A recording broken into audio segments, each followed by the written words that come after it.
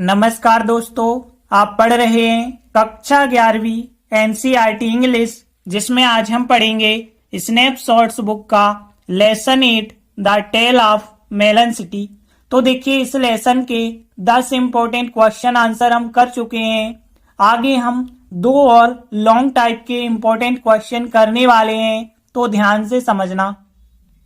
सबसे पहले 11वां important question ये करेंगे, ये लॉन्ग टाइप के लिए इंपॉर्टेंट क्वेश्चन है। उसके बाद 12वां इंपॉर्टेंट क्वेश्चन ये करेंगे, ये भी लॉन्ग टाइप के लिए इंपॉर्टेंट क्वेश्चन है। तो दोनों आज के लॉन्ग टाइप इंपॉर्टेंट क्वेश्चन है, इसलिए ध्यान से समझना। तो देखिए 11वां क्वेश्चन, व्हाट इम्प्रेशन। देखिए इम्प्रेशन का मतलब होता है प्रभाव। तो क्या प्रभाव वुड यू फॉर्म यानी होता है रूप, ऑफ आ स्टेट यानी राज्य होता है। तो एक ऐसे राज्य के रूप का क्या प्रभाव होगा, वेयर जहां पे द किंग यानी कि राजा, वाज यानी था, जस्ट एंड प्लेसिड। जस्ट होता है न्यायप्रिय और प्लेसिड होता है सौम्य। तो जहां का राजा न्यायप्रिय और सौम्य था, ऐसे राज्य का रूप क्या होगा, उस पर क्या प्रभाव आप डालेंगे। तो देखिए क्वेश्चन क्या है कि आप एक राज्य के रूप में क्या प्रभाव डालेंगे जहां का राजा न्यायप्रिय एवं सौम्य था। तो देखिए चैप्टर में बताया गया है कि वहां का राजा न्यायप्रिय एवं सौम्य था, इस वजह से उस शहर के लोगों को शांति, स्वतंत्रता और न्याय हमेशा मिलता था। वहां का वास्तविक शासन नागरिकों के हाथों में था। जो नागरिक चाहते थे वही होता था। जैसे नागरिक चाह रहे थे फांसी होना, तो फांसी होना तय था। इसके लिए अंततः राजा को फांसी दे दी जाती है। तो हम कह सकते हैं कि उस शहर में राजा के भाग्य को नागरिक प्रभावित करते थे। तो देखिए आंसर बताया गया है कि एक राज्य जहां राजा न्यायप्रिय एवं सौम्य था, वहां नागरिकों को शांति, स्वतंत्रता और न्याय का आनंद मिलता था।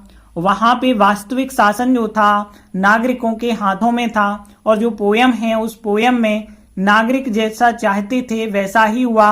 वो चाहते थे किसी को फांसी दी जाए और अंततः राजा को फांसी दी गई। यह दर्शाता है कि जहां राजा न्यायप्रिय एवं सौम्य था, वहां नागरिकों ने राजा के भाग्य को प्रभावित कर लिया था। अर्थात हम कह सकते हैं जैसा नागरिक चाहते थे वैसा हो जाता है। तो देखिए ये 4 लाइनों का आंसर बताया गया। ये लॉन्ग टाइप का है, इसलिए थोड़े से कठिन वर्ड तो मिलेंगे। तो देख लेते हैं कौन कौन से मीनिंग कठिन है। तो देखिए पहली लाइन, एक राज्य जहां राजा न्यायप्रिय एवं सौम्य था। देखिए क्वेश्चन में ये लाइन आपको मिल जाएगी, एक राज्य जहां, आ स्टेट वेयर, और फिर राजा न्यायप्रिय एवं सौम्य था यानी the king was just and placid. ये वर्ड आपको क्वेश्चन में मिल गए। आगे देखिए देयर यानी होता है वहां, और सिटीजन्स यानी होते हैं नागरिक।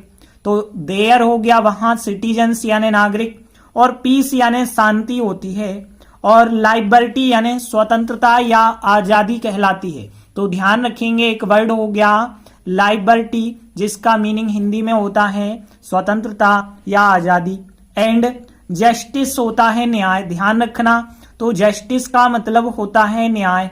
और फिर आनंद मिलता है यानी वो आनंद लेते हैं, इंजॉय कहलाता है। तो इंजॉय यानी किसी भी चीज का आनंद लेना या किसी भी चीज में आनंद मिलना होता है। तो इंजॉय हो गया आनंद मिलता था, और जस्टिस हो गया न्याय, और लिबर्टी यानी स्वतंत्रता, पीस यानी शांति, सिटीजन्स यानी नागरिक, देयर यानी वहां। और ये वर्ड आपको क्वेश्चन में मिल चुके हैं। अब आगे देखिए वास्तविक शासन यानी हम कह सकते हैं रियल गवर्नेंस कहलाता है शासन। तो ध्यान रखेंगे गवर्नेंस GOVERNANCE होता है। तो रियल गवर्नेंस हो जाएगा वास्तविक शासन। और नागरिकों को सिटीजन्स कहेंगे, ऑफ यानी के हो जाएगा, और हैंड यानी हाथ होता है, हैंड्स बहुवचन हो जाएगा। इनका मतलब हो जाएगा मैं। फिर आगे देखिए पोयम में यानी इन द पोयम, नागरिक चाहते थे, नागरिक यानी सिटीजन्स हो जाएगा। वांट यानी चाहना होता है तो वांटेड, चाहते थे। संबन यानी किसी को, संबन किसी को, और फांसी दी जाए यानी टू बी हैंग्ड कह सकते हैं। टू बी हैंग्ड यानी फांसी दी जाए, ये वर्ड आप पढ़ चुके हैं, संबन, टू बी हैंग्ड। एंड और फिर अल्टीमेटली होता है अंततः, तो ध्यान रखना अल्टीमेटली, तो अल्टीमेटली हो गया अंततः के लिए। राजा को फांसी दी गई यानी द किंग, और फिर हैंग्ड, हैंग करना यानी लटकाना, और थर्ड फॉर्म होता है हैंग्ड। फिर आगे देखिए यह दर्शाता है। अब देखिए दर्शाना यानी कि होता है सो, SHOW, सो होता है दर्शाना, ये आपको पता होगा। और फिर यह मतलब हम कह सकते हैं दिस, और सो यानी दर्शाना, प्रेजेंट सिंपल है, सो में एस लगाएंगे, सोज। दैट यानी कि, और जहां राजा न्याय प्रिय एवं सौम्य था। फिर आपको क्वेश्चन का वाक्य मिल जाएगा कि where was the king was just and placid, वहां को देयर कहते हैं। फिर देखिए नागरिकों की बात करें, सिटीजन्स हो जाएगा। द किंग यानी राजा, ऑफ यानी के। अब देखिए भाग्य को फैट लिखा गया है, FATE, फैट यानी होता है भाग्य, ध्यान रखना। और प्रभावित करना इन्फ्लुएंस होता है, ध्यान रखना। तो इन्फ्लुएंस का मतलब प्रभावित करना, और सेकंड फॉर्म इन्फ्लुएंस्ड हो जाएगा। तो देखिए कितने वर्ड यहाँ पे आपको पता होने चाहिए। एक तो इन्फ्लुएंस्ड प्रभावित करना, और फैट यानी भाग्य हो जाएगा, अल्टीमेटली अंततः, और फिर हैंग यानी फांसी देना, हैंग्ड थर्ड फॉर्म हो गया। और फिर संबन किसी को, टू बी हैंग्ड यानी फांसी दी जाए, वांटेड चाहते, सिटीजन यानी नागरिक हो जाएगा। इन द पोयम, पोयम में रियल गवर्नेंस यानी शासन होता है, सिटीजन्स नागरिक, और हैंड्स यानी हाथ, और शांति को पीस कहते हैं। लिबर्टी यानी कि आजादी, और जस्टिस यानी होता है न्याय, और एंजॉय यानी कि आनंद मिलना। तो देखिए पहली लाइन, एक राज्य जहां राजा न्याय प्रिय एवं सौम्य था, लिखेंगे हम a state where the king was just and placid, ये पूरा वाक्य लिखेंगे। और एक चीज और ध्यान रखना, जहां और वहां एक साथ आए तो आप वहां को ट्रांसलेट नहीं करेंगे, तो वहां लिखने की फिर हमें जरूरत नहीं है। अब देखिए यहां नागरिकों को शांति, स्वतंत्रता और न्याय का आनंद मिलता था, ये हो गया पास्ट सिंपल। तो सब्जेक्ट, और उसके बाद सेकंड फॉर्म इंजॉयड हो जाएगा, किसी भी चीज का आनंद मिलता था। तो यहां का वर्ड अलग से नहीं लिखेंगे, तो यहां पे द सिटीजन्स यानी नागरिकों को, और फिर इंजॉयड आनंद मिलता था। अब किस चीज का, यहां पे शांति का यानी पीस का, लिबर्टी का, एंड जस्टिस का। तो देखिए बहुत सरल सा वाक्य हो गया कि a state where the king was just and placid, और फिर द सिटीजन्स नागरिकों को इंजॉयड आनंद मिलता था, और फिर पीस, लिबर्टी एंड जस्टिस का। फिर आगे देखिए वास्तविक शासन नागरिकों के हाथों में था, यानी कि the real governance, the real governance. फिर वाज सहायक क्रिया, क्योंकि पास्ट टेंस है तो वाज सहायक क्रिया, द रियल गवर्नेंस वाज सहायक क्रिया। फिर इसके बाद इन यानी कि में, द हैंड्स हाथों में, ऑफ यानी के, और फिर द सिटीजन्स यानी नागरिकों के। द रियल गवर्नेंस वाज सहायक क्रिया in the hands of the citizens हो जाएगा। फिर आगे देखिए पोयम में यानी इन द पोयम, पोयम में द सिटीजन्स यानी नागरिक, वांटेड यानी चाहते थे। देखिए पास्ट सिंपल है, सेकेंड फॉर्म। तो इन the poem the citizens wanted चाहते थे, संबन यानी किसी को, तो टू बी हैंग्ड यानी फांसी दी जाए, एंड अल्टीमेटली और अंततः, एंड अल्टीमेटली और अंततः द किंग यानी राजा को फांसी दी गई। अब देखिए ये वाक्य पास्ट सिंपल का पैसिव वॉइस बनेगा, तो वाज सहायक क्रिया लगा के थर्ड फॉर्म हैंग्ड लिख देंगे। तो देखिए इन द पोयम, पोयम में द सिटीजन्स नागरिक, वांटेड चाहते थे, someone to be hanged, and ultimately the king was hanged. फिर आगे देखिए यह दर्शाता है कि जहां राजा न्याय प्रिय एवं सौम्य था, वहां नागरिकों ने राजा के भाग्य को प्रभावित किया। तो दिस यानी कि यह, सो यानी दर्शाना, लेकिन प्रेजेंट सिंपल है, सो में एस जोड़ के सोज, दिस सोज दैट। और फिर देखिए ये वाली लाइन, जहां राजा न्यायप्रिय एवं सौम्य था। ये क्वेश्चन में आपको मिल जाएगा कि where the king was just and placid. और देखिए जहां लिखा है तो वहां को ट्रांसलेट करने की जरूरत नहीं है। नागरिकों को हम लिखेंगे द सिटीजन्स, नागरिकों ने प्रभावित किया, पास्ट सिंपल है। सेकंड फॉर्म यानी कि इन्फ्लुएंस्ड हो जाएगा, प्रभावित किया। और फिर राजा के भाग्य को हमने फेट कहा है तो the fate of the king हो जाएगा। तो यहाँ पे देखिए दिस शोज, यह दर्शाता है दैट की।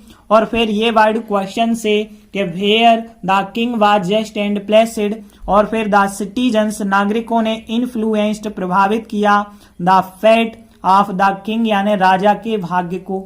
एक बार पूरा आंसर रिपीट कर लेते हैं। तो देखिए ये लाइन आपकी क्वेश्चन की है कि I state where the king was just and placid. और फिर देयर आपको यहाँ नहीं लिखना है, ध्यान रखना। द सिटीजन्स, नागरिकों को एंजॉयड, आनंद मिलता था। और फिर पीस, लाइबर्टी एंड जस्टिस का। और the real governance was in the hands of the citizens. In the poem, the citizens wanted someone to be hanged and ultimately the king was hanged. This shows that। और फिर ये word question के हैं, where the king was just and placed। और फिर the citizens influenced the fate of the king। तो देखिए इस प्रकार से हमारा आंसर बन जाएगा। अब देखिए ये लॉन्ग टाइप का जरूर है लेकिन आपको उतना ज्यादा कठिन नहीं लगा होगा क्योंकि इसका ट्रांसलेशन बहुत ज्यादा आसान है। तो 2 बार यदि आप प्रैक्टिस करेंगे ना तो आराम से बन जाएगा। इसके बाद देखिए अगला 12वां क्वेश्चन, हाउ यानी किस प्रकार से, अकॉर्डिंग टू यू यानी आपके अनुसार, कैन यानी सकना, पीस यानी शांति, एंड लाइबर्टी यानी स्वतंत्रता या आजादी, और बी मेंटेन करना यानी बनाए रखना, इन आ स्टेट यानी एक राज्य में। तो आपके अनुसार एक राज्य में या किसी राज्य में शांति और आजादी किस प्रकार से बनाई रखी जा सकती है। तो देखिए क्वेश्चन क्या हो गया, आपके अनुसार किसी राज्य में शांति और स्वतंत्रता कैसे बनाए रखी जा सकती है। तो देखिए चैप्टर में बताया गया है कि यदि किसी राज्य में उस शहर की तरह लेसेज फेयर यानी हिंदी में कहें तो हस्तक्षेप नीति यदि मौजूद है तो वहां पे शांति और स्वतंत्रता बनी रहेगी। अब ये हस्तक्षेप नीति क्या कहलाती है, जब नागरिकों की गतिविधि में राजा कोई दखल नहीं देता है तो उसे हस्तक्षेप नीति कहा जाता है। तो इस हस्तक्षेप नीति के द्वारा किसी राज्य में शांति और स्वतंत्रता तो बनाई जा सकती है लेकिन सरकार भी चलाना है, नागरिक के अधिकार भी होने चाहिए, कुछ नियम कानून भी आपको रखने पड़ेंगे। तो देखिए आंसर बताया गया है कि शांति और स्वतंत्रता किसी राज्य में बनाए रखी जा सकती है यदि वहां लेसेज फेयर मौजूद होता है यानी हस्तक्षेप नीति मौजूद होती है। अर्थात हम कहें कि नागरिकों की गतिविधियों में राजा द्वारा हस्तक्षेप नहीं करना चाहिए, ये सिद्धांत यदि चलता है तो उस राज्य में शांति और स्वतंत्रता बनी रहेगी। हालांकि सरकार को नागरिकों के अधिकारों और सरकार के कानूनों के बीच भी तो संतुलन बनाए रखना है, तो इसके लिए कानून और व्यवस्था बनाए रखना बहुत जरूरी होता है। तो देखिए ये आंसर बताया गया है 1, 2 और ये लाइन कहें तीसरी लाइन, तो 3 लाइनों में आंसर बताया गया है।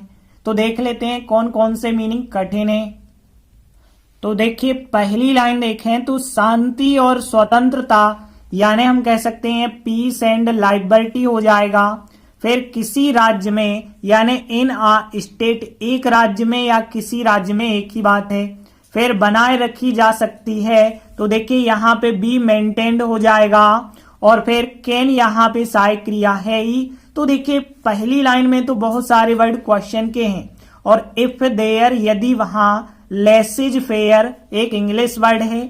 अब देखिए यहाँ पे मौजूद होता है, इसके लिए एग्जिस्ट कहा जाता है। तो देखिए पहला शब्द हो गया एग्जिस्ट। एग्जिस्ट का मतलब है मौजूद होना और प्रेजेंट सिंपल होगा, एस और जोड़ के लिखेंगे तो एग्जिस्ट हो जाएगा। अर्थात के लिए हम I.E लिखते हैं, ध्यान रखना। तो I.E लिखा जाता है अर्थात के लिए। तो अर्थात के लिए आई डॉट ई लिखेंगे। नागरिकों को सिटीजन्स कहते हैं, ऑफ यानी की हो जाएगा, और एक्टिविटीज यानी गतिविधियां हो जाएगा, इन यानी में, और किंग यानी राजा, और बाय यानी के द्वारा। और फिर देखिए हस्तक्षेप ना करना, यह होता है नॉन इंटरफेरेंस। तो ध्यान रखना, नॉन इंटरफेरेंस का मतलब होता है हस्तक्षेप ना करने का, और सिद्धांत यानी प्रिंसिपल कहलाता है सिद्धांत। तो प्रिंसिपल यानी सिद्धांत, ऑफ यानी का, और हस्तक्षेप ना करना यानी नॉन इंटरफेरेंस कहलाएगा बाय के द्वारा, और द किंग राजा, इन यानी में, एक्टिविटीज यानी गतिविधियां, ऑफ यानी की, और सिटीजन्स यानी नागरिक हो गए, और अर्थात को आई डॉट ई लिखा जाता है। आगे देखिए हालांकि, हाउ ईवर होता है, जो कि आपको पता होगा कि हाउ ईवर का मतलब होता है हालांकि, और फिर गवर्नमेंट यानी सरकार, और सिटीजन यानी नागरिक, और राइट्स यानी होते हैं अधिकार। तो ध्यान रखना RIGHT होता है राइट, जिसका मीनिंग अधिकार होता है, अधिकारों की बात करें एस लगा के, और सरकार को गवर्नमेंट फिर कहेंगे, कानून को लॉ कहते हैं, तो LAW लॉ होता है, एस और जोड़ के तो लॉज हो जाएगा। और फिर बिटवीन यानी के बीच, बैलेंस यानी होता है संतुलन, फिर बनाए रखना यानी मेंटेन क्रिया होती है, ये मेंटेन का मतलब बनाए रखना, लेकिन के लिए है तो टू मेंटेन हो जाएगा। फिर लॉ एंड ऑर्डर का मतलब होता है कानून एवं व्यवस्था, फिर बनाए रखना मेंटेन होता है, और चाहिए का मतलब हो जाएगा मस्ट, क्योंकि यहाँ अनिवार्यता वाली बात हो रही है तो शुड नहीं लिख सकते आप, मस्ट लिखना पड़ेगा। तो देखिए कौन कौन से मीनिंग हो गए यहाँ पे। एक तो एग्जिस्ट मौजूद होना, आई डॉट ई अर्थात नॉन इंटरफेरेंस मतलब हस्तक्षेप ना करने की बात, और हाउ ईवर हालांकि, राइट्स यानी अधिकार, और लॉज यानी कि कानून हो जाएगा। तो देखिए पहली लाइन यदि हम देखें ना तो इतना वर्ड आपको पूरा क्वेश्चन में मिलेगा। कैसे, देखिए कैन को अब आप स्थान पे यहाँ पे लगाएंगे तो पीस एंड लिबर्टी, फिर लिखेंगे can be maintained in a state. तो ये पूरा वर्ड आपको क्वेश्चन में कि peace and liberty can be maintained in a state, और फिर इफ देयर यदि वहां, और फिर एग्जिस्ट यानी मौजूद होता है, और फिर क्या मौजूद होता है, लेसेज फेयर मौजूद होता है। तो देखिए यहाँ पे पीस एंड लिबर्टी, फिर can be maintained in a state if there, और एग्जिस्ट, और फिर लेसेज फेयर, अर्थात यानी आई डॉट ई होता है तो अर्थात हो जाएगा। फिर आगे देखिए द प्रिंसिपल ऑफ, और फिर नॉन इंटरफेरेंस, और फिर राजा द्वारा यानी बाय द किंग कह देंगे, बाय द किंग, और फिर in the activities of the citizens हो जाएगा। तो यहाँ आई डॉट ई अर्थात the principle of non interference by the king in the activities of the citizens हो जाएगा। फिर आगे देखिए हाउ ईवर यानी हालांकि, द गवर्नमेंट यानी सरकार को, मस्ट यानी चाहिए, मेंटेन यानी कि बनाए रखना चाहिए, और क्या बनाए रखना चाहिए, कानून एवं व्यवस्था यानी लॉ एंड ऑर्डर, और फिर टू मेंटेन यानी कि बनाए रखने के लिए, टू मेंटेन अ बैलेंस मतलब एक संतुलन बनाए रखने के लिए, और बिटवीन यानी कि के बीच, और किन किन के बीच, ये पूरे वर्ड आप लिख देते हैं कि citizen apostrophe s rights, citizen के लिए apostrophe s rights, and government apostrophe s laws यानी कानून हो जाएगा। तो यहाँ हाउ ईवर हालांकि, the government must maintain law and order to maintain a balance between the citizens rights and the government laws हो जाएगा। एक बार पूरा आंसर रिपीट कर लेते हैं। तो देखिए यहाँ पे peace and liberty can be maintained in a state if there exist laissez-faire, I dot e, the principle of non-interference by the king in the activities of the citizens. However, the government, और फिर must चाहिए, maintain बनाए रखना चाहिए, law and order, और to maintain a balance between the citizen apostrophe rights and the government apostrophe laws. तो देखिए इस प्रकार से हमारा आंसर बन जाएगा और ये आंसर बहुत सरल है, आराम से आप एक दो बार प्रैक्टिस करेंगे ना तो बन जाएगा। तो आज हमने 2 इंपॉर्टेंट लॉन्ग टाइप के क्वेश्चन किए हैं। इसी के साथ ये चैप्टर यही कंप्लीट होता है। धन्यवाद।